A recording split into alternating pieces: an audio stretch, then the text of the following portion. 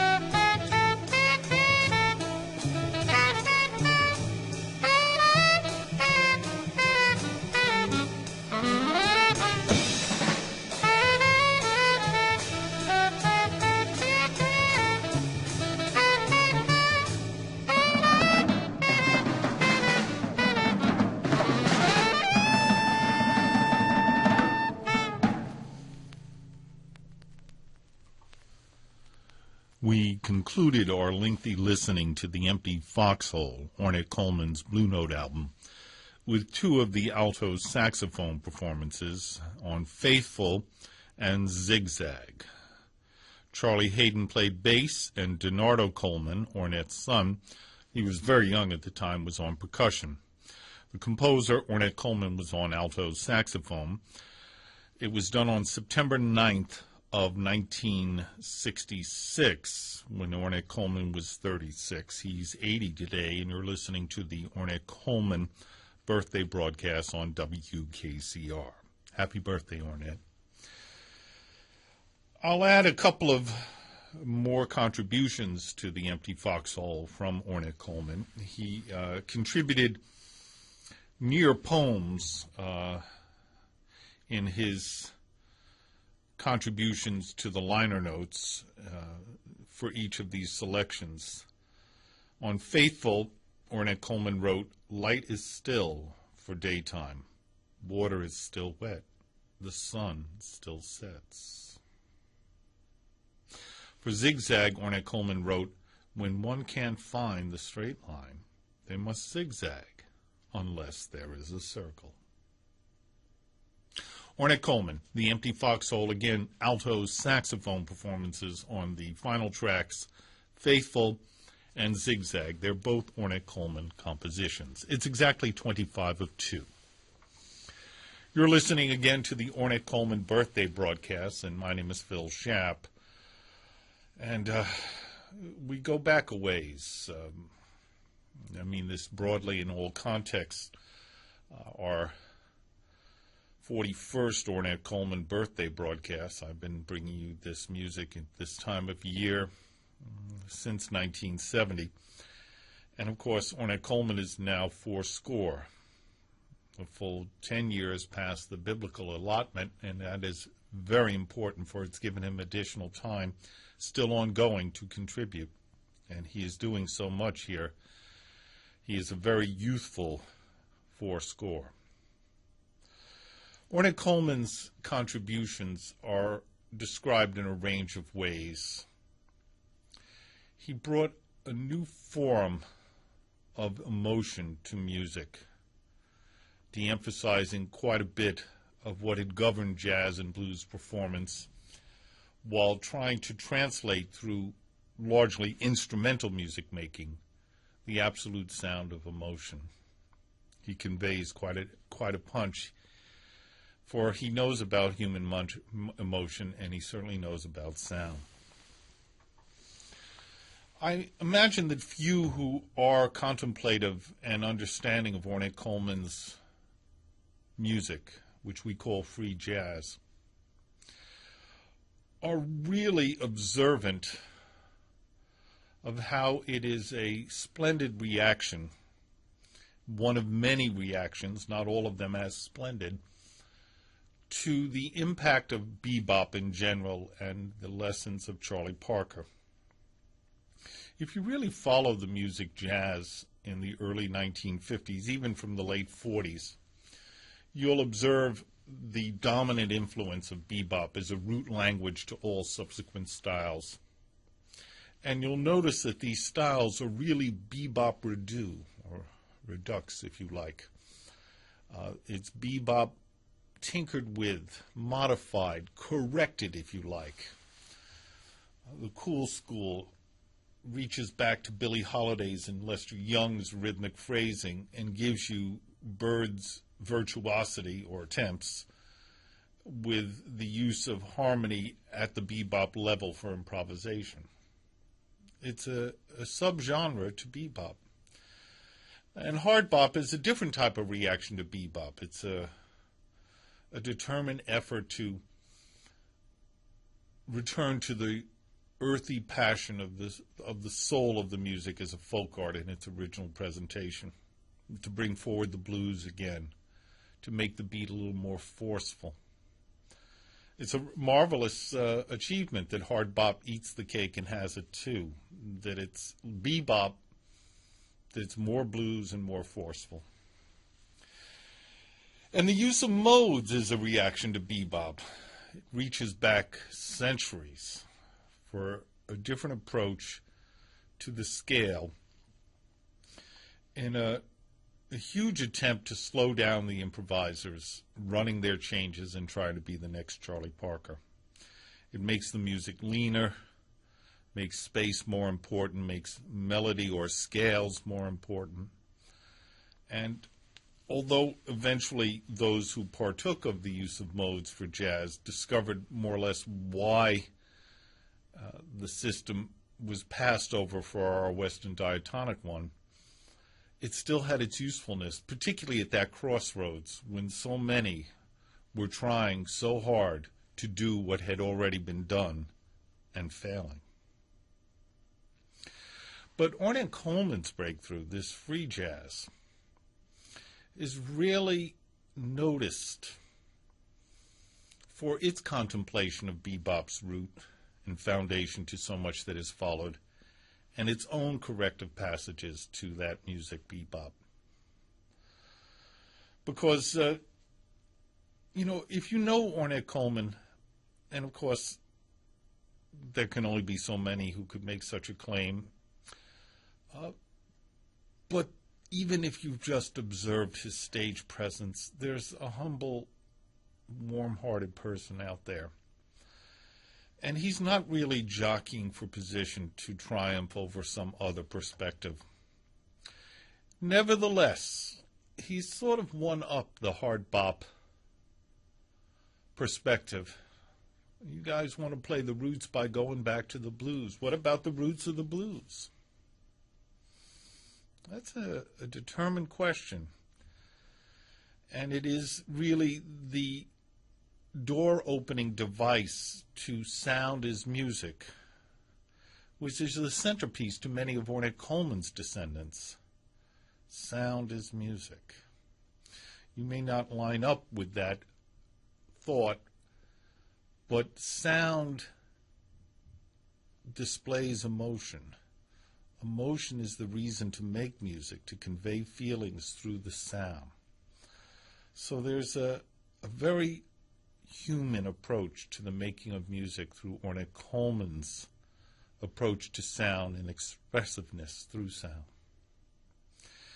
And he has, in this evaluation of mine, pulled a one-upmanship on the hard bop perspective of make it earthy by playing blues. Just make it earthy. You can play the blues, and Ornette Coleman is a blues master. And then there's Ornette Coleman's approach to our Western music system, which is not really completely understood by the pat evaluations of Ornette Coleman. He is not abandoning our Western system of music. He's de-emphasizing its rigidness as employed in jazz of the bebop era. As if to say, what do you need the rules for? And here, too, he's pulled a one-upmanship, not that he was trying to show up anybody. The use of modes was an attempt to change the context and vocabulary of jazz. And it kind of worked. Well, Ornette Coleman said, why trade one system for another? Be free. And his de-emphasis of the rules and regulation of any system of music allows him a freedom of expression. Now, making sound music and pulling at times a near anarchy in the approach to the system of making music may not be to everyone's taste. And I understand the perspective that it's something of an opening of Pandora's box. The reason why it opens up such a luscious world of music in Ornette Coleman's perusal of his insights is that there's so much beauty in the man and such a compositional bent. More obvious at first, more explained through third stream endeavors in more recent decades. But there's a lyricism, a clarity of thought, a beauty of sound next to the sound. If Duke Ellington's explanation was you get two notes that sound good together, and then you find another pair of notes that sound good together but also sound good next to the other two notes you found, Ornette Coleman is saying get two sounds that sound good and then find another two sounds. And as I say, there's a lyricism inside that soul that makes it work when he does it. It may not work for you. It certainly doesn't work for everyone, but it sure works. And it was a new dawn of expression that has launched a powerhouse of fresh and raw emotion through art in so many ranges since Ornette's surfacing in the late 1950s.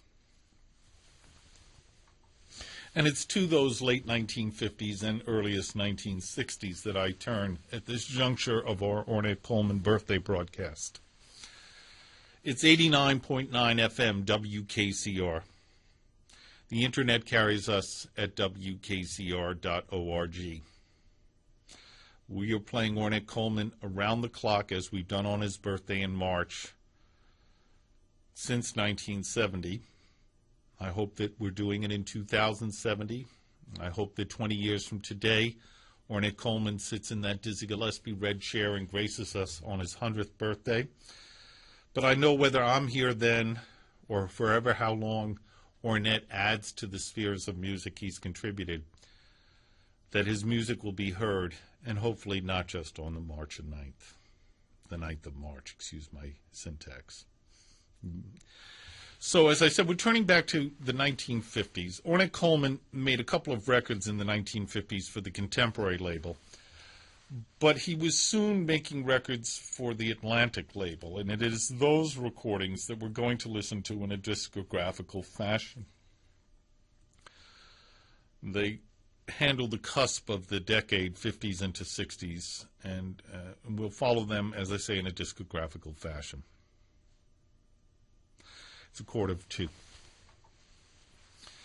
My name is Phil Schaap, and the story starts on Friday, May 22nd of 1959 in California, where Ornette Coleman was based for most of the 1950s. He recorded with his working band, a quartet. He's really following the formula established by Bird of the two-horn front line and rhythm. It's just that Ornette Coleman's rhythm section, by the time of his third album, The Shape of Jazz to Come, indeed by his second album, the second one for Contemporary, Tomorrow's the Question, had dispatched the keyboard, for it is a tempered instrument. And his music takes liberties with pre-tuning for emotive effect of sound, for the emotive effect of sound. And having that tuned piano there was a limitation, so out it went. And the trimmed down standard issue of the Bebop 5, Hard Bop 5, use of modes 5, Cool Jazz has a couple of illustrations of pianoless groups. The rhythm section is bass and drums. It's Charlie Hayden, who we were just listening to on the Empty Foxhole, and the late and great Billy Higgins on percussion. Higgins is fascinating in how much music he can provide for so many different schools of jazz, and he was very much associated with Ornette Coleman in this period. The primary foil, however, is the other horn, Don Cherry, who would, I guess, tell you he's playing pocket trumpet. He might have been playing a cornet or even a regular trumpet at this time. It's a complex issue. I've even taken the liberty of debating it with Don Cherry, and I'll back off because it's a smallish matter. It's a trumpet-like instrument, regardless of what it looks like or sounds like. And he is the trumpeter in this band, the foil to Ornette Coleman's alto saxophone. Quite a bit of music was recorded that day, and in a sense it was a double session by typical union standards, 4 titles for a session, double session, hence 8 titles, focus on sanity, chronology, peace, congeniality, lonely woman, monk and the nun, just for you, and eventually. Now, the last track eventually appears on the album, The Shape of Jazz to Come, as do the first five, Focus on Sanity, Chronology, Peace, Congeniality, and Lonely Woman.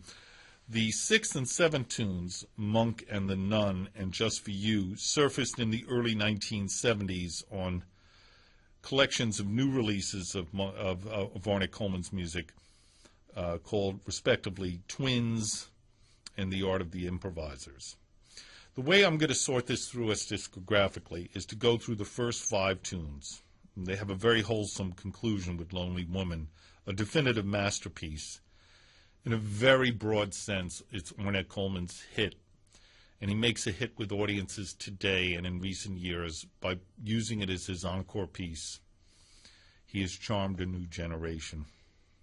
And there is much charm to Lonely Woman,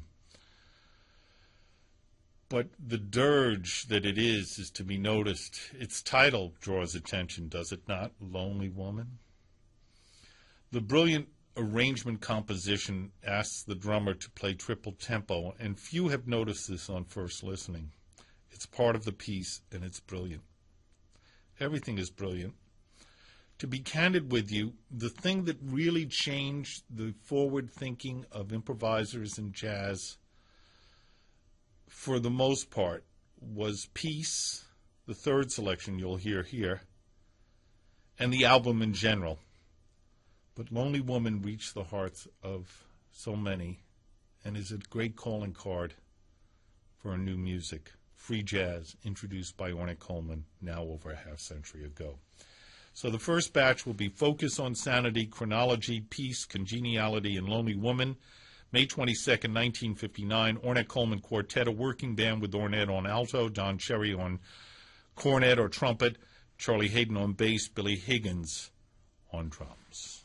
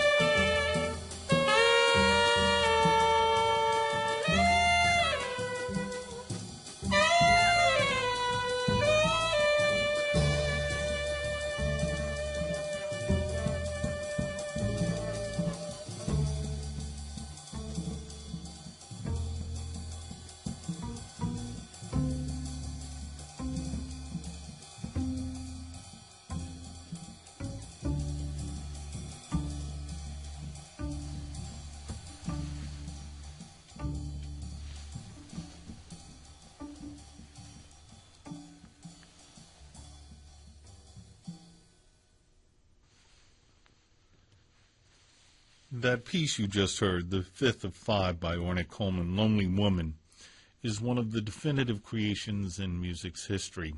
A highlight to the album, The Shape of Jazz to Come, but just plain a highlight.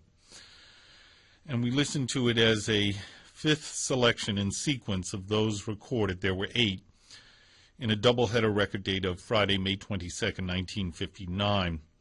That began with Focus on Sanity, went to Chronology, on to Peace, then Congeniality, and the fifth selection again, this astounding dirge, Lonely Woman. A working band made this music on The Shape of Jazz to Come, Ornette Coleman's band, a quartet that is in the standard issue quintet concept but without the keyboard. There is bass, Charlie Hayden, there is percussion, Billy Higgins, there are 2 horns, trumpet and alto saxophone. Don Cherry is that trumpeter or a trumpet-like instrument. And Ornette Coleman is the leader, the alto saxophonist, and the composer of all 5 selections. Focus on Sanity, Chronology, Peace, Congeniality, and Lonely Woman. I apologize for the skip on Focus on Sanity. I took the liberty of bringing in an original copy of the initial release, meaning the first pressing, and there's a click in it, and so I switched to another copy. You know, you shouldn't leave home without 2 copies of The Shape of Jazz to Come. And so we restarted the track from the second source and then went through the paces. It's 29 minutes past 2. That's an afternoon time check. I'm broadcasting live from New York City. My name is Phil Schaap. The music is being heard on a radio station, WKCR-FM New York, 89.9 on FM to the New York City region, and on the internet at wkcr.org, and that makes us available anywhere. We have made our station available to the musical message of Ornette Coleman for over 50 years, but for over 40 years now, or 40 years precisely, actually, to be fair, we have played his music on his birthday. He was 40 when we started. Today's his 80th birthday. Happy birthday, Ornette. Again, this is the Ornette Coleman birthday broadcast, a full-day marathon. It's 2:30 in the afternoon. There's 9.5 hours to go in this 80th birthday, celebrated delightfully so with the music of Ornette Coleman. I've focused on the Atlantic records, and I'm playing with them for you in a discographical fashion. They begin with this session, again a double-header session, so there are 3 more titles. This is a typical 4-tune deal for a record date, and the way it worked out in terms of how it was issued, these first 5 tunes just heard came out on the original album, The Shape of Jazz to Come. And the 8th tune recorded eventually is also on that album, the second track on the original album. But these 6th and 7th items, which I think were unnamed at the time, went unissued for a little more than a decade and surfaced in the early 1970s on albums called The Art of the Improvisers, which was issued first, and then Twins. We're going to hear a selection from each of these albums, known now as Monk and the Nun, a composition issued on Twins, and something of a Don Cherry feature, the very lyrical and ballad quality oriented Just for You, which came out on The Art of the Improvisers.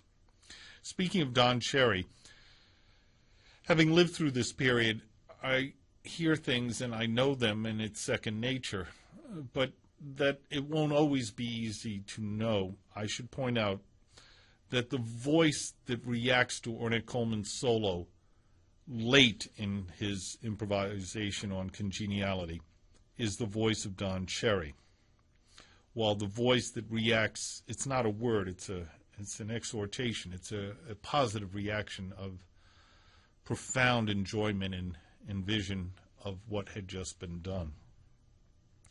On Lonely Woman, it occurs certainly before the solo's midpoint, pretty early in the solo, actually.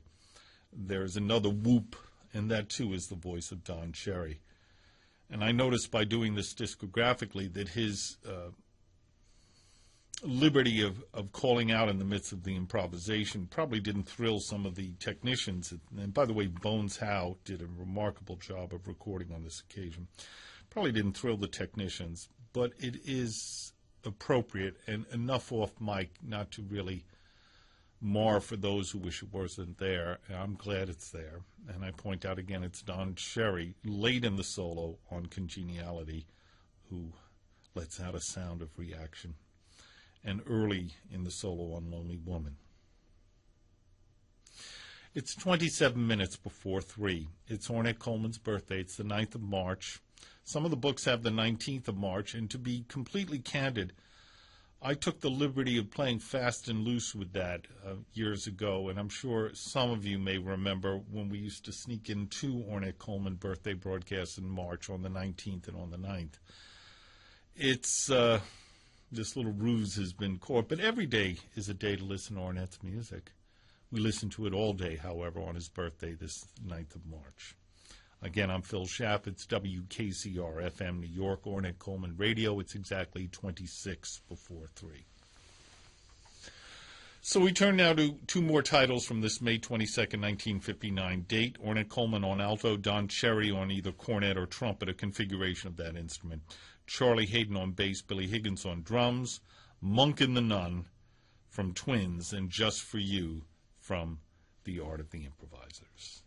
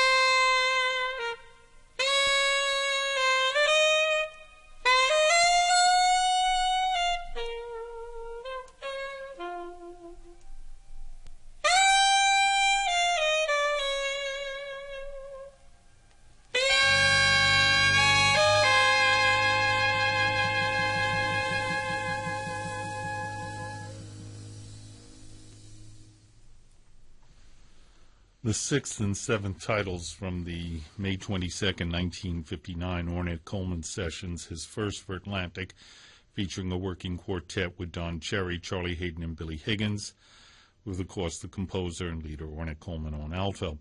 These selections, Monk and the Nun and Just for You, were not initially issued and surfaced in the very early 1970s. Monk and the Nun on an album called Twins, Just for You on an earlier release, an album called The Art of the Improvisers. There's one more selection from this session. Eventually, it came on the album The Shape of Jazz to Come.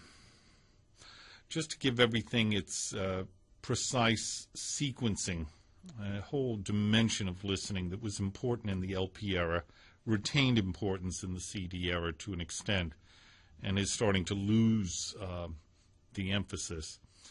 But I've been playing you the 8 tunes, about to play the 8th eventually, in the order they were recorded. The 5th tune recorded, Lonely Woman, was the first on the album. The 8th tune recorded eventually, we're about to hear it, was the second on the album, while the 3rd tune recorded, Peace, is 3rd, the conclusion to the first side of the album. Then the first piece, Focus on Sanity, is the 4th piece on the album, opening up its side 2. Congeniality, which was recorded 4th, is 5th on the album, the 2nd track on side 2. And Chronology, recorded 2nd of the 8, is the last track, the 6th track on the original album, The Shape of Jazz to Come. Monk and the Nun, recorded 6th, came out on Twins. Just for You, recorded 7th, came out on The Art of the Improvisers. It's exactly 14 before 3. Phil Schaap with you, the Ornette Coleman birthday broadcast. I'll make one more comment. I've been praising Ornette Coleman's improvisations, his concept, what that concept represents in my evaluation, his lyricism. I should also mention his time. He introduces himself by the pattern of the notes as they rhythmically are accented. And it is an autograph. It says Ornette Coleman is playing. There's also the issue of his remarkable timbre, which I might point out is on a plastic alto saxophone in the late 50s and early 60s, but once he started playing the brass saxophone, the more common and more expensive, the sound is different, but the autograph's identical. It's Ornette Coleman playing. And he has a sound that is an identity independent of his improvisations. He has a timing device, while related to the essence of jazz swing, that is an individual one within that context of swing, and he is a master.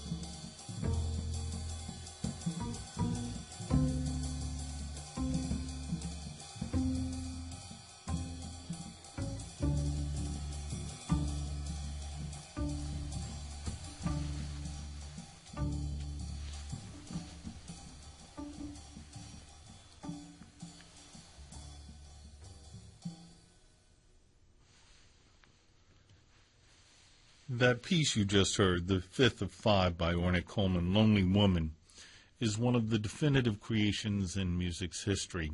A highlight to the album, The Shape of Jazz to Come, but just plain a highlight. And we listened to it as a fifth selection in sequence of those recorded. There were 8 in a doubleheader record date of Friday, May 22nd, 1959.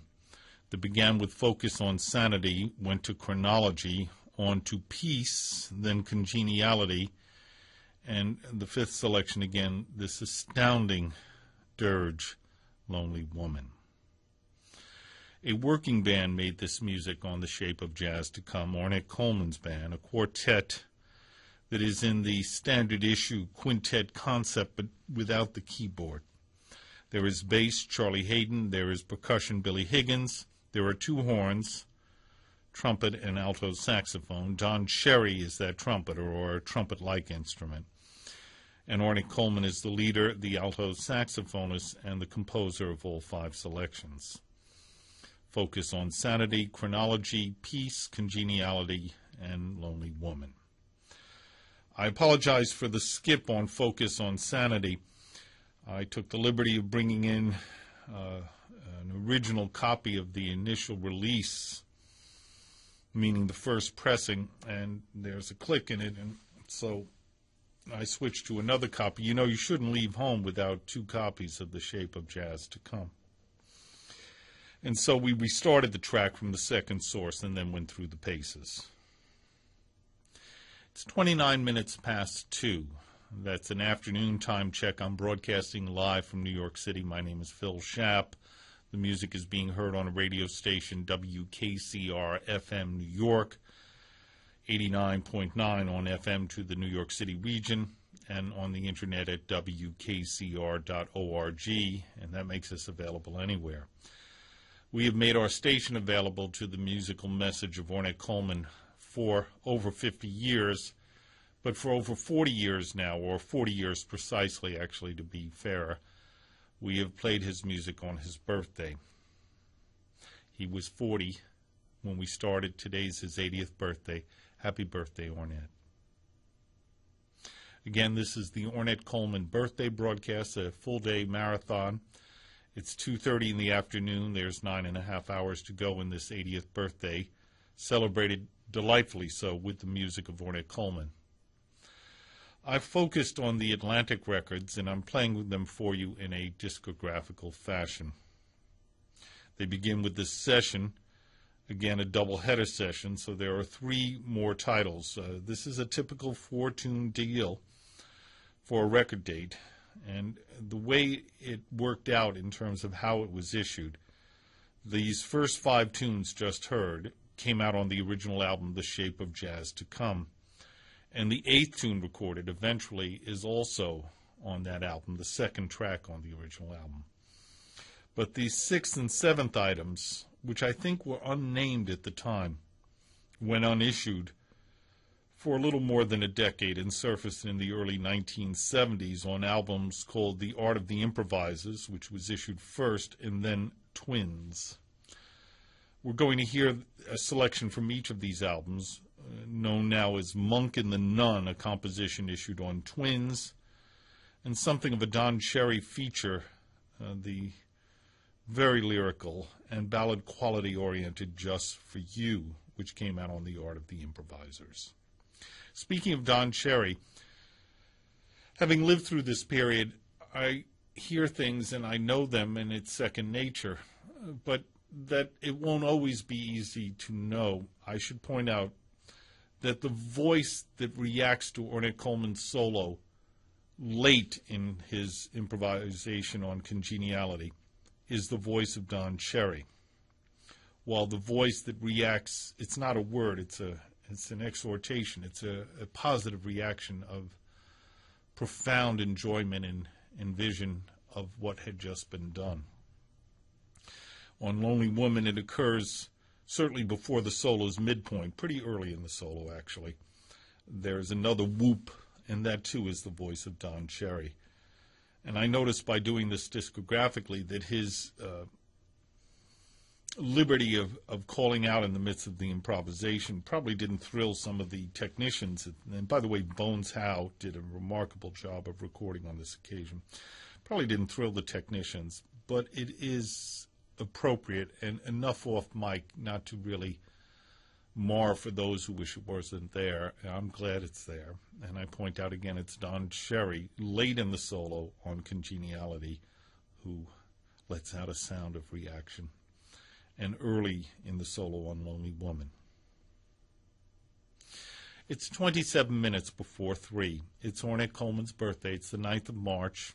Some of the books have the 19th of March, and to be completely candid, I took the liberty of playing fast and loose with that years ago, and I'm sure some of you may remember when we used to sneak in 2 Ornette Coleman birthday broadcasts in March, on the 19th and on the 9th. It's, this little ruse has been caught, but every day is a day to listen to Ornette's music. We listen to it all day, however, on his birthday, this 9th of March. Again, I'm Phil Schaap. It's WKCR FM New York, Ornette Coleman Radio. It's exactly 26 before 3. So we turn now to 2 more titles from this May 22nd, 1959 date. Ornette Coleman on alto, Don Cherry on either cornet or trumpet, a configuration of that instrument. Charlie Hayden on bass, Billy Higgins on drums. Monk and the Nun from Twins, and Just for You from The Art of the Improvisers.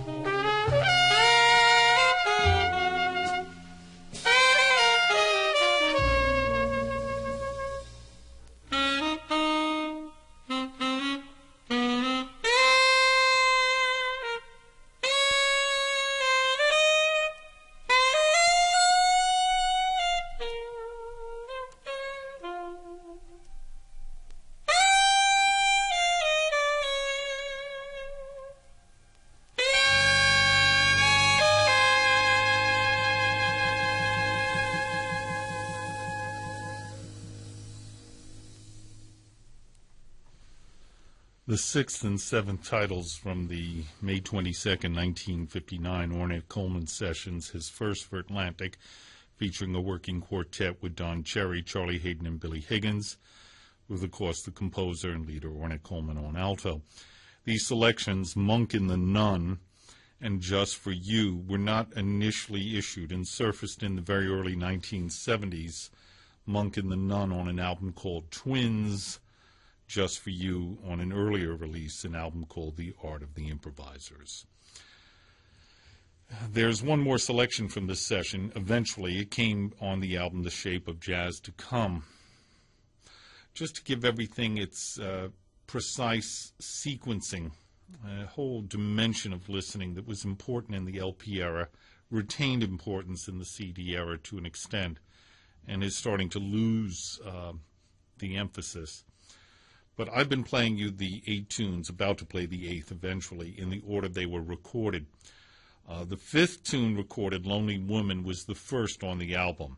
The 8th tune recorded eventually, we're about to hear it, was the second on the album, while the 3rd tune recorded, Peace, is third, the conclusion to the first side of the album.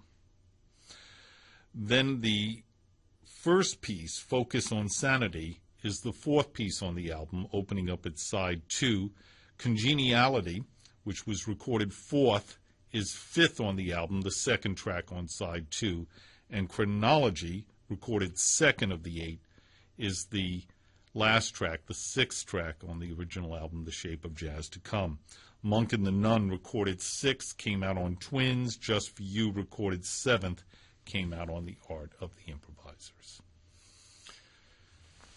It's exactly 14 before 3. Phil Schaap with you, the Ornette Coleman birthday broadcast. I'll make one more comment. I've been praising Ornette Coleman's improvisations, his concept, what that concept represents in my evaluation, his lyricism. I should also mention his time.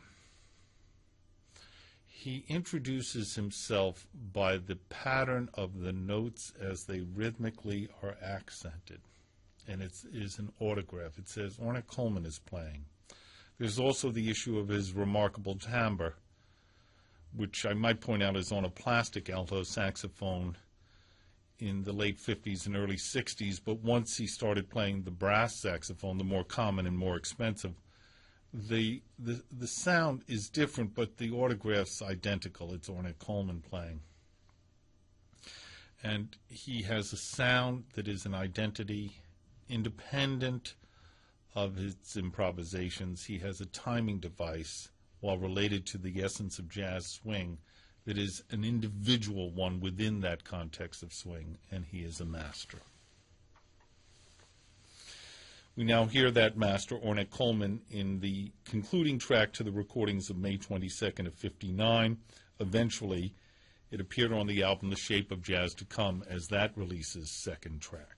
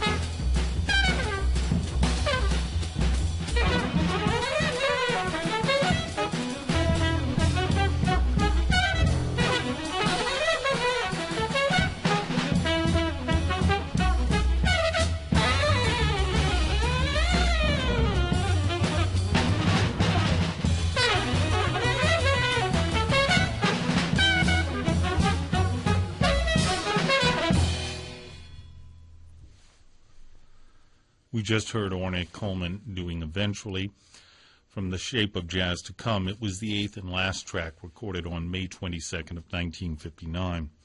It's 8 minutes before 3. You're listening to The Sounds of Jazz. They're being played by Ornette Coleman, who is 80 today. The Ornette Coleman birthday broadcast, WKCR-FM New York, 89.9 on FM to the Big Apple region. The Internet carries the signal to the world at WKCR.org. I'm Phil Schaap, joining with everyone and wishing Ornette Coleman a happy birthday. The focus of these afternoon hours on this day of celebration in art are the recordings done for the Atlantic label by Ornette Coleman in the years of 1959 and 60. He also recorded for the label in 1961. The opening sets of this discography, an important label liaison that found John Lewis and Gunther Schuller working with Ornette Coleman, and the blessings of Neshwe Erdogan. And it is through these albums, in particular The Shape of Jazz to Come, but also others such as Free Jazz, that many became acquainted with Ornette Coleman's music. He had made a couple of earlier albums for the Contemporary label. So we catch the Ornette Coleman group in its West Coast innings in the opening sets of this discography. And we hear basically material from the album The Shape of Jazz to Come and Change of the Century. The beginning of recordings for the second of Ornette Coleman's releases on the Atlantic label, The Shape of Jazz to Come, the Change of the Century, began on Thursday, October 8th of 1959. And the personnel is the same, except the identity of the trumpet-like instrument or trumpet that Don Cherry is playing is more clarified as pocket trumpet. It had said cornet on the earlier record. Sometimes the instrument is identical, and it's a complex issue which I won't go into right now. The birthday music of Ornette Coleman is the point. On the album Change of the Century, Ornette Coleman wrote his own liner notes, including tune-by-tune descriptions. So the recordings of Thursday, October 8th, 1959, started with 3 selections issued on the original album: Una Muy Bonita, Bird Food, and Change of the Century, the title track. Another selection, recorded 4th, surfaced and is labeled Music Always. It's not really a title, but a fragment of a phrase written by Ornette Coleman, fragments of which were used to name works in an album issued, I believe, in Japan, To Whom Who Keeps a Record. Then the last track of the October 8th, 1959 record date was The Face of the Bass, which did, of course, come out on the original album Change of the Century. So you actually have 5 tunes on one record date, which is a slight break in the pattern that is an outgoing pattern as Ornette Coleman begins his discography. In any case, we're going to listen to the recordings of October 8th, 59 in the same pattern, discographical order, and keeping track of their placement on various issues. So we'll start with 3 from the Change of the Century, the first 3 recorded that day: Una Muy Bonita, Bird Food, and Change of the Century. And I'll begin with telling you the passage that Ornette Coleman wrote to introduce each one. Una Muy Bonita in Spanish means a very pretty girl. I had no one in particular in mind. It is perhaps a little lighter in mood than some of our other pieces. It has a relaxed feeling and a more settled rhythm, and yes, I suppose, a prettier melody. Then for Bird Food, Ornette Coleman wrote, Bird Food has echoes of the style of Charlie Parker. Bird would have understood us.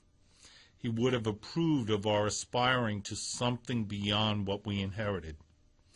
Oddly enough, the idolization of Bird, people wanting to play just like him and not make their own soul search, has finally come to be an impediment to progress in jazz. And then for the title track, Change of the Century. Change of the Century expresses our feeling that we have to make breaks with a lot of jazz's recent past, just as the boppers did with swing and traditional jazz. We want to incorporate more musical materials and theoretical ideas from the classical world as well as jazz and folk into our work. I didn't phrase that properly. We want to incorporate more musical materials and theoretical ideas from the classical world as well as jazz and folk into our work to create a broader base for the new music we are creating. So that's Ornette Coleman on Change of the Century. Some of these things you're hearing him in his liner notes to these tunes emphasize some points I made at the outset of this set of Ornette's free jazz is a remarkable, unique approach to tweaking the bebop tradition to new parameters of art, certainly improvisation, and choose different avenues than hard bop and the use of modes to get to greater freedom and a new development in style. Change of the Century is the second of Ornette Coleman's Atlantic albums. It features the same personnel as The Shape of Jazz to Come, the first album. Don Cherry, Billy Higgins, Charlie Hayden, and Ornette Coleman. We hear Una Muy Bonita, Bird Food, and Change of the Century.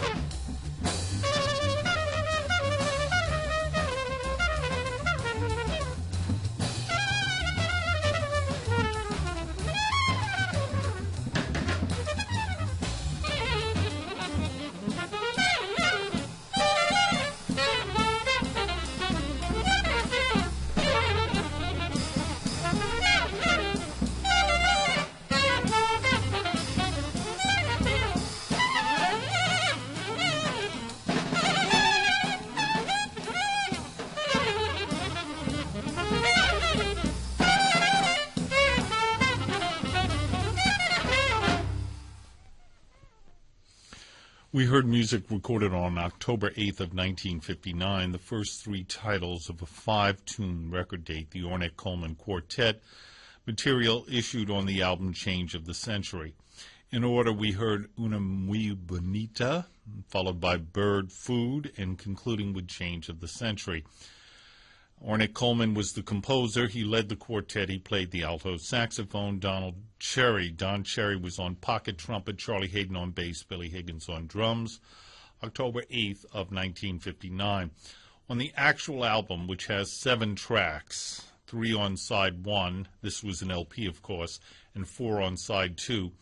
These were the final 3 tracks of the album, but not in the order we heard them. We heard them discographically as Una Muy Bonita, followed by Bird Food, followed by Change of the Century. Bird Food was the 5th selection, the 2nd on side 2. Una Muy Bonita, recorded first on the date, was the 6th selection on the album, the 3rd track of side 2. And Change of the Century, recorded 3rd on the date of October 8, 1959, was the 7th track issued on the album Change of the Century, the 4th track of 4 on side 2. It's 3:15. You're listening to Ornette Coleman's music on his 80th birthday. These birthdays of Ornette, now for 40 years, have been cause for us to do marathons in his honor, in actually celebrations for us. He gave the art. We're enjoying it. That he is celebrating a birthday, I hope our efforts give him some pleasure, too. It's a wonderful thing. And hearing things like Bird Food, and in the liner notes which Ornette Coleman wrote when he gets to this tune, he references Charlie Parker. I understand the difficult element of listening to music that one is not used to. I don't speak of this specifically to Ornette Coleman.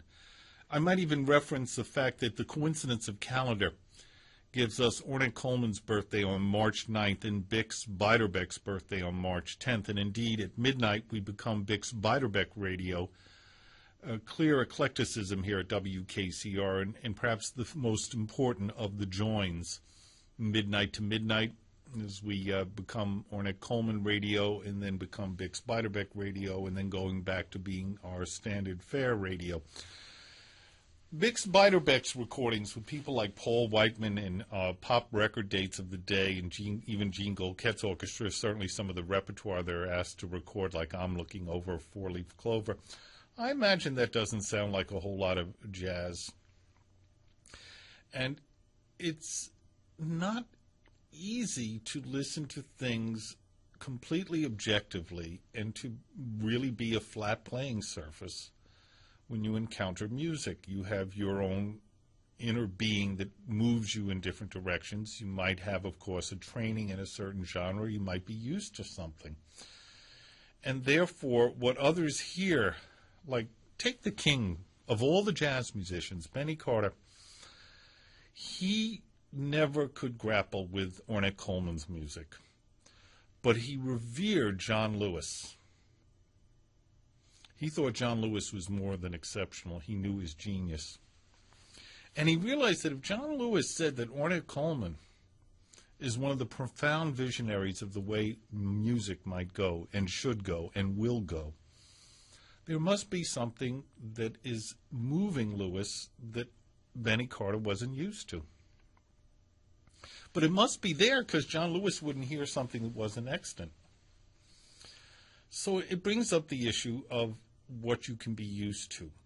I raise this point here not for the general impression that so many utilize the concept in introducing or explaining to those who find Ornette's music difficult. I'm using it to explain that the relationship of this band and his Ornette Coleman's music to the prototype of the quintet of Charlie Parker and the essence of bebop in its display through Bird's genius is so well connected that it's impossible for many to hear, while completely understandable, is something that it's hard to get through to those who can't hear it. This is a response to, a development from, that which Bird mapped out. It is highly stylized to the individual genius of Ornette Coleman, and I don't believe that Bird would have come to this sense of music making if left to his own devices and given a longer lifespan. Yet I understand how Ornette Coleman derives so much from Bird's model. And as I've often said, this would be my own evaluation. This free jazz is one of many tweakings of bebop that suggests some sort of corrective factor to make the music less repetitive and more forward. So here at exactly 20 past 3, I'm playing you this music that you may not hear at all connecting to the Charlie Parker tradition. But, Ornette Coleman points it out to us, and yes, I can hear it. Now, we're hearing the music discographically. The album, The Shape of Jazz to Come, is a masterpiece, and its sequence and hearing it as an album is important. Likewise, Change of the Century. Indeed, any of these formally issued packages of Ornette's music. But I am following it in the order it was made. It's something that I do, so I'm putting my own little stamp on something that is stamped with genius independent of my existence. But the way I'm taking it, so there's a record date, October 8, 59, Ornette Coleman Quartet with Charlie Hayden, Billy Higgins, Don Cherry, and Ornette, had 5 tunes. The first 3, Una Mi Bonita, Bird Food, and Change of the Century, came out on the album. The 4th tune stayed unknown till deep into the 1970s and may not really have a true title. It's called Music Always, and I'll explain that in a moment. And then the end of the date, the 5th tune, The Face of the Bass, was the 3rd tune on the album Change of the Century, concluding its first side on LP. So I'm breaking it down, 3 from Change of the Century. Now we're going to hear Music Always, and we'll return and hear The Face of the Bass. So we go now to Music Always, and this isn't always easy to understand. Let me try to map it out to you with some concision, hopefully, and certainly some precision and conception. So Ornette Coleman made these records for the Atlantic label. And the music was issued almost immediately and to great acclaim and certainly great review. Some of the titles from the very dates that made up The Shape of Jazz to Come and the dates that made up Change of the Century were not issued at the time. That they were important music was obvious to anyone who knew of their existence, and in the early 1970s, the Atlantic label brought out a good chunk, a sizable majority of that which lay in their vaults unissued.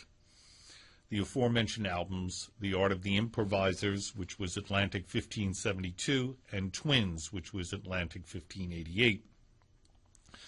These tunes that appear here that had never surfaced before were given titles by Ornette Coleman in the early 1970s. They're presumed to be titles assigned at that time, and whether they had names in 1959 is not easy to know and may even be unknowable. So they gained their names in the early 70s and were issued on these important albums, The Art of the Improvisers and Twins. I said it was a sizable majority. It wasn't all. And the balance of material that remained in the vaults unissued surfaced on a Japanese release related to Atlantic Records. I believe it was Warner Pioneer Japanese Atlantic, P185A. And again, the formula for naming the tunes was reprised in that Ornette was asked to supply titles for these unnamed pieces. His response, I believe, illustrates his ambivalence about the music being issued, that there was a reason why these were the last of the items to surface. I can't go much more into it because I really don't know the depth of the matters. But I do know that rather than supply song-by-song titles, Ornette Coleman gave a response to those who keep records, and it labeled the name of the album with this material, To Whom Who Keeps a Record. And the sentence that Ornette Coleman wrote was, music always brings goodness. No, let me restart that because I've been phrasing his stuff incorrectly, and that shows you that having a time and a timbre and a way of doing things is important. So let me get this right. The quote is, music always brings goodness.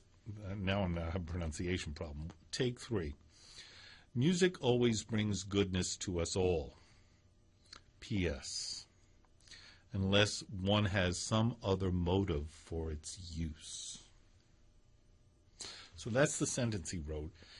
And the people who were putting this record out used this sentence to block out the titles using a couple of words, a chunk. So a tune became known as Music Always, because that's the start of the sentence. And another tune became Brings Goodness to Us. Another tune became To Us. Another tune became All. Then an alternate take of blues connotation came out, P.S., Unless One Has. Yet another tune came known as Some Other. And then another tune became Motive for Its Use. So explaining it is probably easier to comprehend than mapping it out specifically. Ornette Coleman was asked to name these tunes. He wrote a sentence which showed some restrictiveness to this music being issued and some ambivalence about it that was then chopped up, and words from the sentence were assigned to these untitled tunes. The first we're encountering of this fashion is the 4th tune of the record date October 8, 1959, which is labeled and known by, though not exactly entitled, Music Always. So what is known as Music Always, the 4th tune of this date with Ornette, Don Cherry, Billy Higgins, Charlie Hayden, is the selection we'll hear now.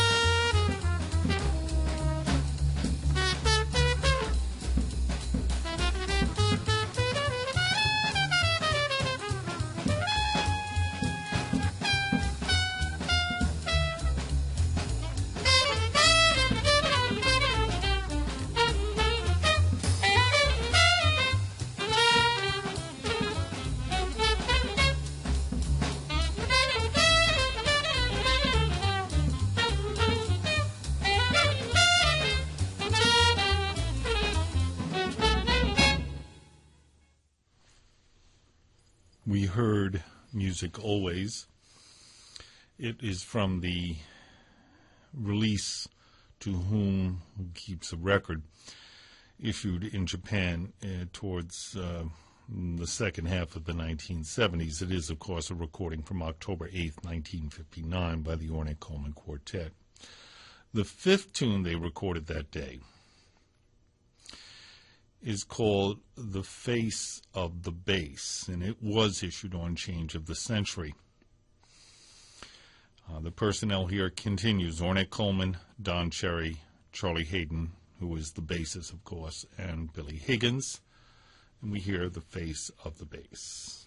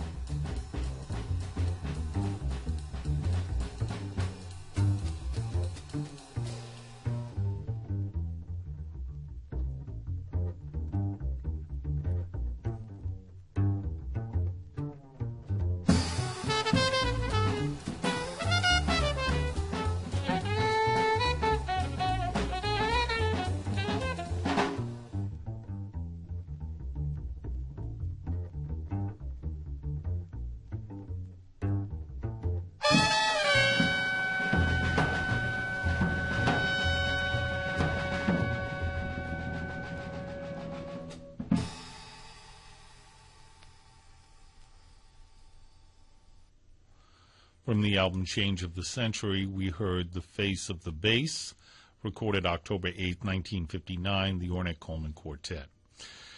Ornette's brief paragraph about the tune in his liner notes to this album, Atlantic Records 1327, Face of the Bass begins as a vehicle for our bassist, Charlie Hayden. Charlie Hayden is from Missouri, and he has a lot of heart. It is unusual to come across someone as young as he is and find that he has such a complete grasp of the modern bass. Melodically independent and non-chordal.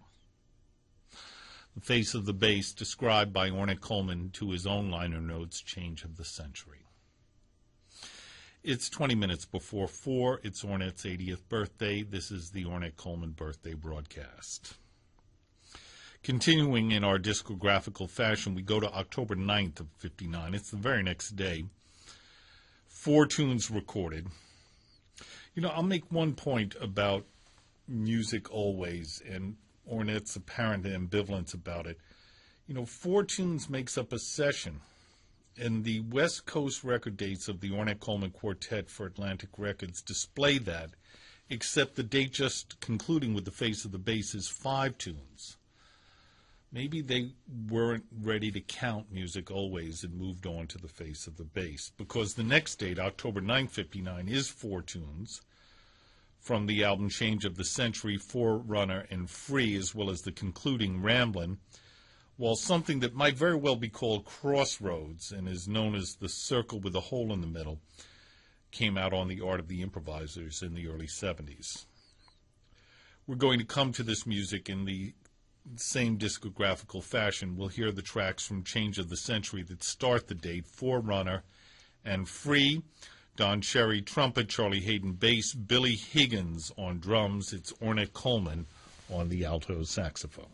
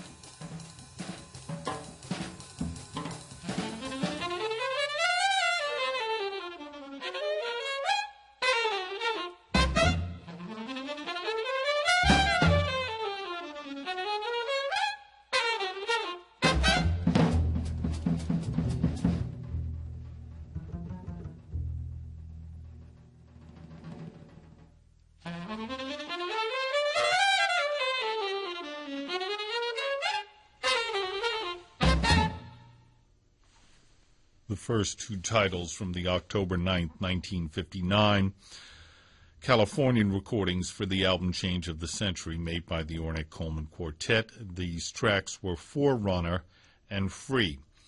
Now, after Forerunner, I briefly played Bird Food. That was a human error, not a technical difficulty. The error was mine. And I faded out Bird Food and went to the top of Free. So you heard it in a slightly addled fashion. Basically, Forerunner followed by Free from the album Change of the Century. The first two tracks from a four-tune record date of October 9th, 1959, recorded by Don Cherry on trumpet, Charlie Hayden on bass, Billy Higgins on drums. The leader, Ornette Coleman, on his plastic alto saxophone. He is also the composer. Although he has switched to the brass alto saxophone, I will quote a paragraph about the instrument from Ornette Coleman's liner notes to his own album, Change of the Century. And I quote, "A question often asked of me is why I play a plastic alto. I bought it originally because I needed a new horn badly, and I felt I could not afford a new brass instrument. The plastic horn is less expensive. And I said to myself, better a new horn than one that leaks. After living with the plastic horn, I felt it began to take on my emotion. The tone is breathier than the brass instrument, but I came to like the sound, and I found the flow of music to be more compact." I'll cut the quote there because the balance of it is about whether he would go back to the brass horn, which he thought not in 1960, but I believe he has. But he does conclude the passage with this sentence: "On this plastic horn, I feel as if I am continually creating my own sound." You're listening to the Ornette Coleman birthday broadcast. It's 5 of 4. I'm Phil Schaap. This is WKCR. Ornette's 80 today. Happy birthday, Ornette! The Ornette Coleman birthday broadcast. Also penned on the liner notes of Change of the Century are paragraphs about the two tunes just heard. Forerunner shows the interchangeability and flexibility of the component parts of the group. I like the way the melody here often runs through the rhythm instruments, with the melody instruments, the horns, providing rhythm accents, the traditional function of drums and bass. Free is well explained by the title. Our free group improvising is well documented here. Each member goes his own way and still adds tellingly to the group endeavor. There were no predetermined chordal or time pattern. I think we get a spontaneous, freewheeling thing going there. So you heard Forerunner and Free from Change of the Century. It's now 4 of 4. Again, it's Ornette Coleman Radio. The third tune recorded at this session was issued on The Art of the Improvisers, which was one of two early 70s albums issued on the Atlantic label of additional material from their 1959 to 61 recordings. This album, The Art of the Improvisers, actually issued in 1970 under the catalog number of 1572. It is this tune you're about to hear, labeled here, The Circle with the Hole in the Middle, a title supplied by Ornette Coleman, is the first track on that album, which was an LP, of course, originally. The title is derived from a painting of Ornette's. Very striking artwork and visual artwork, and it's the cover art. It's Ornette's own artwork. It's a very interesting painting. I mean, I'm not really here to parse it critically, but I am impressed by it. And so the painting has a name, The Circle with a Hole in the Middle, and that name to the painting gave this tune its name, the lead track of the Ornette Coleman, The Art of the Improvisers, additional material from his Atlantic sessions of 59, 60, and 61. Again, Atlantic 1572. So, for all I know, this is the title of the song, and it certainly suffices, and it definitely is stamped with Ornette Coleman giving it the name. But I can't help but notice that the tune actually surfaced under a different title called Crossroads. I believe it was issued in 1978, though the recording is from 1958. a live recording from a club in the Hollywood place called the Hillcrest, or Hillcrest Club, where Ornette Coleman performed in the fall of 1958 with Paul Bley on piano, and it is really actually Paul Bley's gig. Paul Bley recorded many sets of that engagement, and different albums give you different sets of music, of which one is called Coleman Classics Volume 1. In a sense, there was no Volume 2. The tune we hear as The Circle with a Hole in the Middle is called Crossroads on that album. And I know Paul Bley well enough to know that probably he took down the information correctly in 58, whatever the title revisions and official revisions they are that make the tune The Circle with a Hole in the Middle. So it's called Crossroads. I've reached a crossroads where I feel I should bear witness to something so it doesn't slip away from knowable facts, although I don't wish to impose myself into the matter. You may wonder what the hell I'm about to announce. Again, I'm Phil Schaap. My cousin Vicky, who lives not too distant from Oneonta, New York, in very underpopulated area, places like South Worcester and Skenevis. And oddly enough, a little less than a quarter century ago, in visiting my family in that area of upstate New York, I was shocked to find that her neighbor, relatively speaking, her neighbor really was not too distant to her home. Vicky Hartley Rickard is her name. And there was Paul Bley, who I'm used to seeing in much different places. And I spent a portion of the Thanksgiving Day weekend with him. And the matter of these recordings came up. And Paul Bley was rather forthcoming. He said, Ornette wasn't too pleased when I put those records out. But so be it. I don't mean that Paul Bley said so be it. That's where it stood. But then he allowed, since in a different interview I had made with Paul Bley years ago, on an All Things a Bix Beiderbecke occasion. Remember, tomorrow is Bix's birthday. It was actually a private showing of Bridget Berman's Bix Beiderbecke film, attended by the projectionist Bridget Berman, myself, and Paul Bley. Paul Bley said that he always recorded himself performing and had a whole gang of tapes. And I reviewed that 1981 thought in, I'm presuming, the late 1980s when I encountered Paul Bley near Skenevis, New York. And he said, yeah, I have 14 reels. So I'm pointing out there's a whole lot more music, or at least there once was, of this Hillcrest engagement. And I wouldn't want that thread of music to go unnoticed, as it is so great. I don't wish to get involved in what should be done with the tapes and how they would be issued, but that they existed and may still exist, probably do exist, is something I wish to put on the record here as I play the records of Ornette Coleman. It's 4:02. I'm Phil Schaap. Happy birthday, Ornette. Little shout out for Paul Bley. This is WKCR-FM, New York, 89.9 on the dial. The internet carries us at WKCR.org.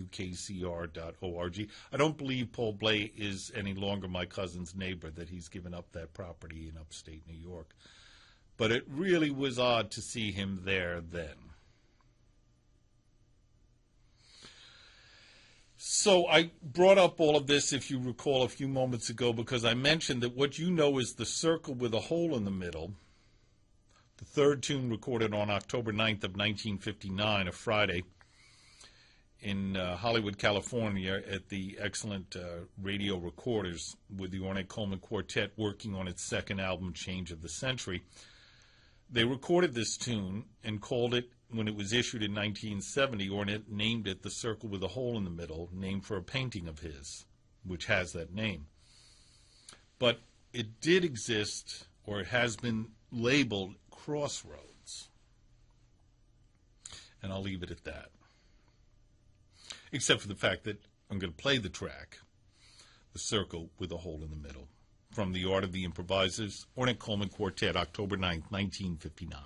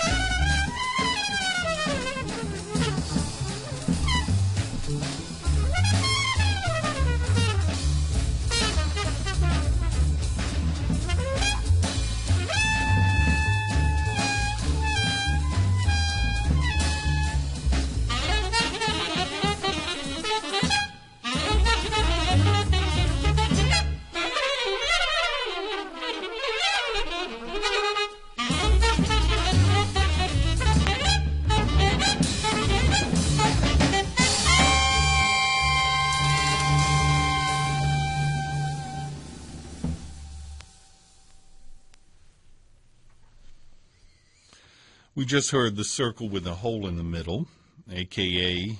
Crossroads, if you go by the 1958 live version at the Hillcrest Club. It was recorded October 9th of 1959. It's the third track of four recorded at that session, the only tune from that date that did not get employed in the album Change of the Century, Ornette Coleman's second Atlantic album, an album culled from back-to-back days of recording, the 8th and 9th of October in 59, when the group was still California-based.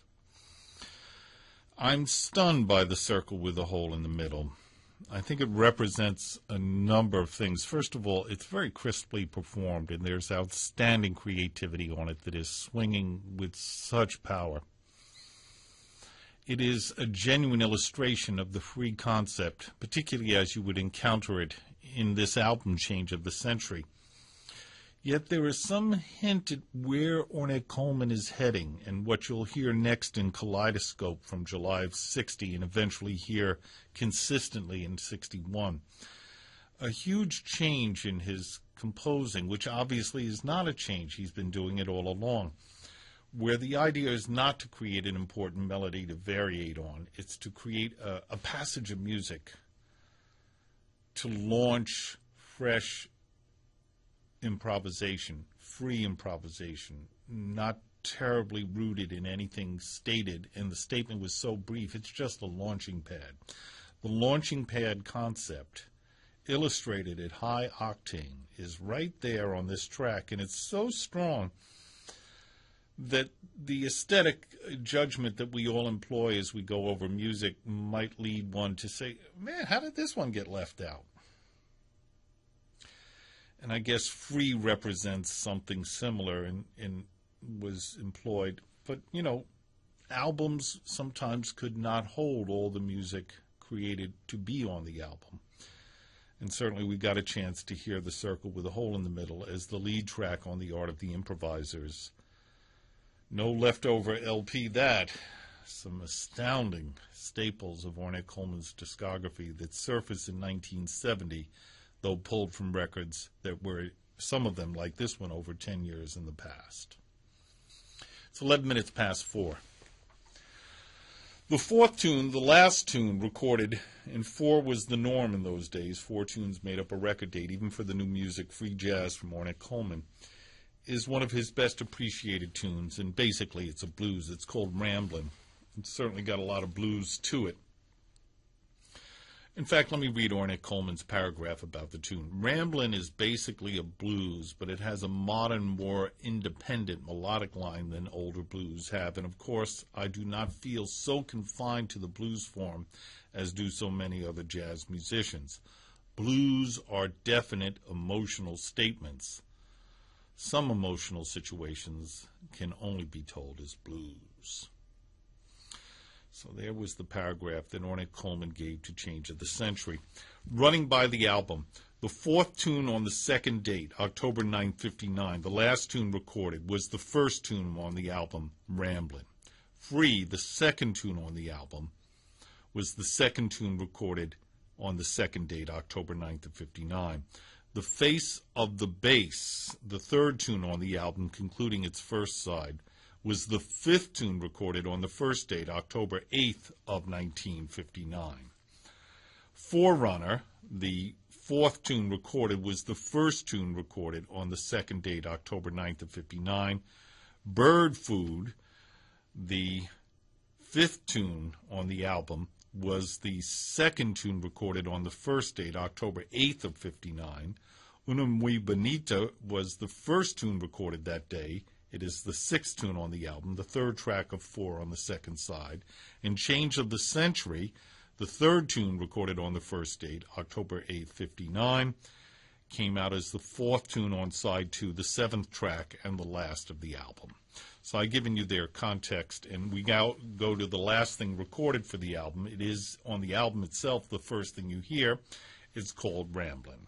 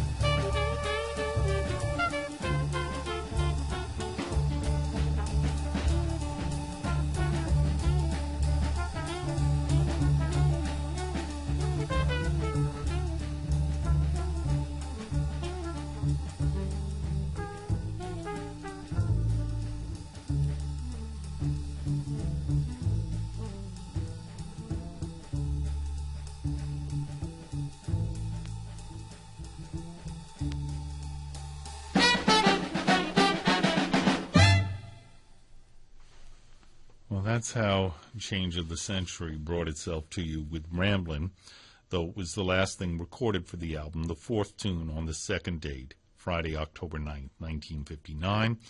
The composer, Ornette Coleman, on alto saxophone, pocket trumpet, Don Cherry, Charlie Hayden on bass, Billy Higgins on drums. It's 20 minutes past 4. I'm Phil Schaap. This is the Ornette Coleman 80th birthday broadcast. Happy birthday, Ornette. We've done the Ornette Coleman birthday broadcast for 40 years now. I guess this is the 41st, therefore. Happy birthday, Ornette! This is WKCR-FM New York, Ornette Coleman Radio. I referenced the Paul Bley quintet material from the Hillcrest Club, really Ornette Coleman's music still with the keyboard, legendary live material from October of 58, a year before this.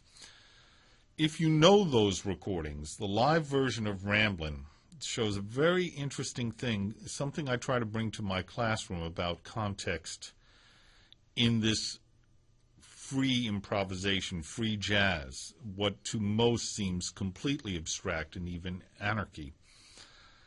There's a design to the start of Ornette's solo, which is consistent to the shorter solo here, to the lengthier one at the Hillcrest the year before. They start very, very similar, and there are, even in free jazz, if you compare the two takes, there's a method. And there's a similarity to the extreme, actually, at times, and I mean this favorably, duplication. The Ornette Coleman birthday broadcast, WKCR-FM New York. Ornette Coleman moved to New York City a half-century ago. There's the legendary engagement at the 5-spot and the basing of the quartet, replete with a drum chair change. Eddie Blackwell from New Orleans comes in as Billy Higgins ended up briefly with Thelonious Monk. A real 5-spot passing of the guard there, or baton rather, passing of the baton. And so we actually hear the first personnel change. It's not really the first personnel change, but we hear a clear-cut personnel change as we encounter Eddie Blackwell on drums, with the others still the same, Charlie Hayden on bass, Don Cherry on trumpet, Ornette Coleman on alto. The recordings of Tuesday, July 19th, 1960 are, I guess, a double-header record date following the structure of 4 tunes make up a session. There's quite a bit of music. There's Little Symphony, the Tribes of New York. The initially issued, the work is for an album called This Is Our Music, and Kaleidoscope, the third tune, was issued. Then there's Rise and Shine, Mr. and Mrs. People, also issued on This Is Our Music, is Blues Connotation. Then another unknown track that surfaced in the very late 80s, early 90s. I heard it over the radio. Then a couple of tracks, or one track rather, from the To Whom Who Keeps a Record, part of that sentence that Ornette supplied that gave all of these songs names. And this is a second version of Blues Connotation called P.S. Unless One Has. And finally, Revolving Doors. So we turn to the track from Twins, not initially issued, named apparently in the early 70s. Twins is Atlantic 1588 Little Symphony. And the selection which surfaced on the Rhino Atlantic complete box set, Beauty is a Rare Thing, Ornette Coleman, the complete Atlantic recordings. And that gave us the Tribes of New York. We'll hear these two tracks here on the Ornette Coleman birthday broadcast.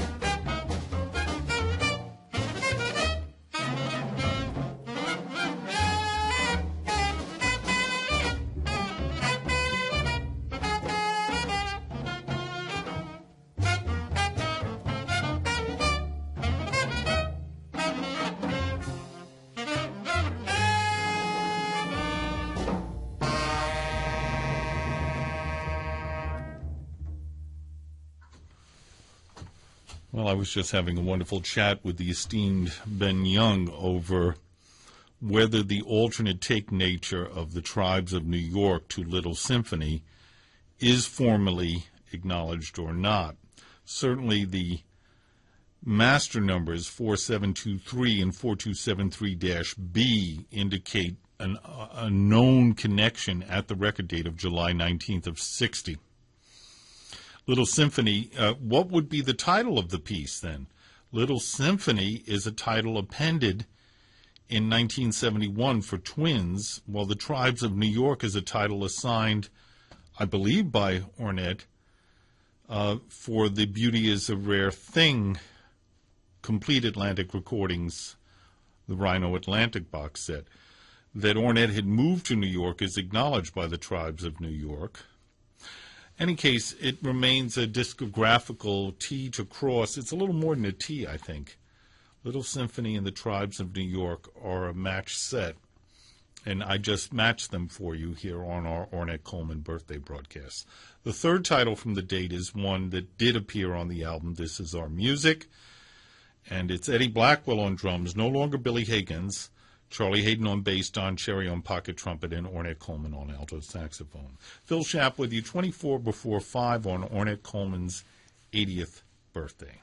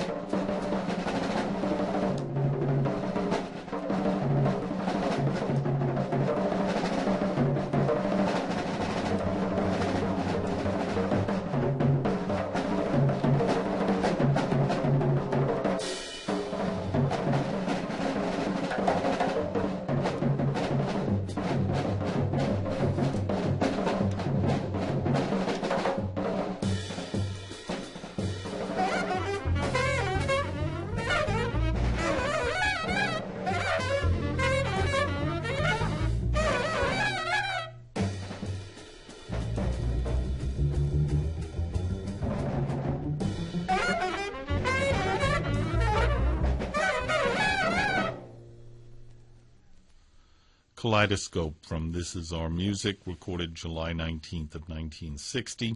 Ornette Coleman on alto, Don Cherry's trumpet, Charlie Hayden's bass, Eddie Blackwell on drums. It's 17 minutes before 5. It's Ornette Coleman's 80th birthday. I'm Phil Schaap. This is WKCR. We've had a notable illustration of alternate take. We've heard alternate versions in our perusal of Ornette Coleman's recordings.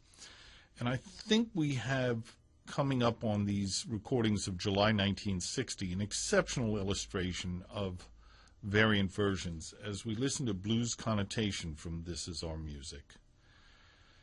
And then something that surfaced in the late 80s or early 90s called I Heard It Over the Radio, and you are hearing it over the radio. And then from the next day, just a week later, it's the same date, yet another take of Blues Connotation, or Blues Connotation number 2, which surfaced on To Whom Who Keeps a Record, and using Ornette's sentence, P.S. unless one has.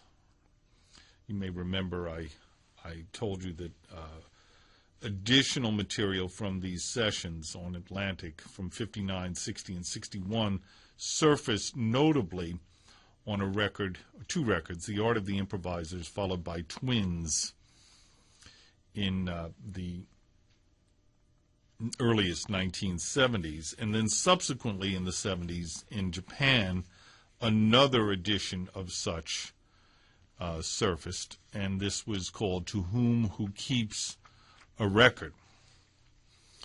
And it was there that we encountered the sentence by Ornette Coleman that was broken into fragments that gave labels, if not actual titles, to the songs. And this second version of Blues Connotation is called P.S. Unless One Has. And but what it provides us with is some alternate takes, which is an astounding development in these items. And I think that we're going to enjoy hearing this type of comparative listening. The sentence is, music always brings goodness to us all. P.S. unless one has some other motive for its use. And titles or takes of different titles were then labeled in words from that sentence. Music always brings goodness to us all. P.S. unless one has, that's the one we're about to hear, some other motive for its use. So we turn to the various versions of Blues Connotation here on our Ornette Coleman birthday broadcast.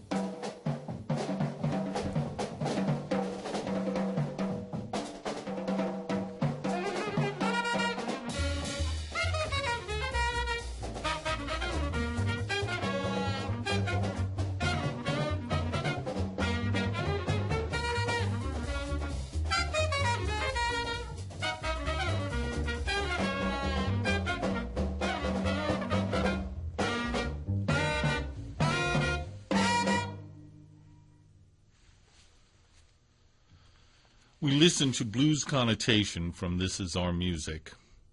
I heard it over the radio, which appeared on Beauty is a Rare Thing, Ornette Coleman, The Complete Atlantic Recordings, a box set from Rhino Atlantic.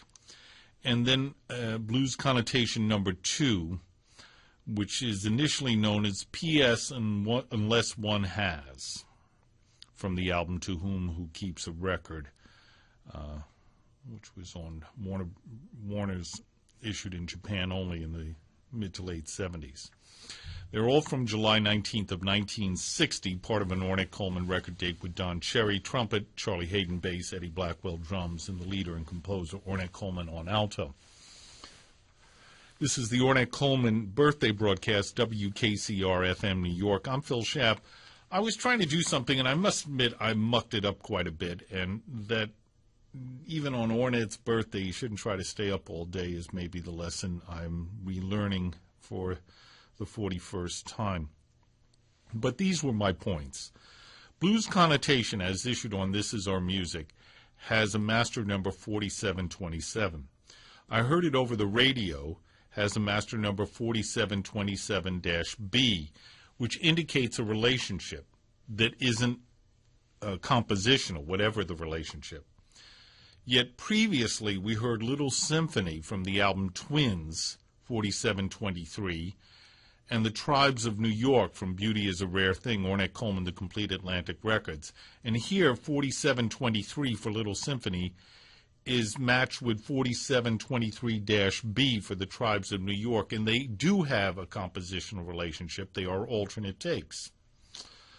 So I wonder what went wrong with the ledger keeping, or what the -B means, because the next master number, 4728, is an alternate take of Blues Connotation. Blues Connotation number 2, also known as P.S. Unless One Has a Record. So that was what I was trying to draw to your attention, and clearly my, if you will, foolishness of the afternoon handling the mastery and genius and feelings of the music and art of Ornette Coleman in a librarian's way with a discographical bent has its limitations. But of course there was the music, and I hope my examination of it from the ledger-keeping perspective was not too much tedium for you. To break that tedium, I will return to something I've done more on the radio than anyone who has ever lived, and I hope not will ever live. But I'm going to play free jazz by the Ornette Coleman Double Quartet, as I've done in March for 40 years now. And in the Ornette Coleman Festival in February of 1975, they even did it back-to-back as an instant replay, without using first take, just the full double quartet version. So it's to that I tend now for your listening. It's 5:07. It's a holiday. It's the 9th of March. It's Ornette Coleman's birthday. He's 80 today. He's still going strong. Some of his early mastery in the Atlantic albums have been featured in the afternoon set of the day-long marathon, the Ornette Coleman birthday broadcast.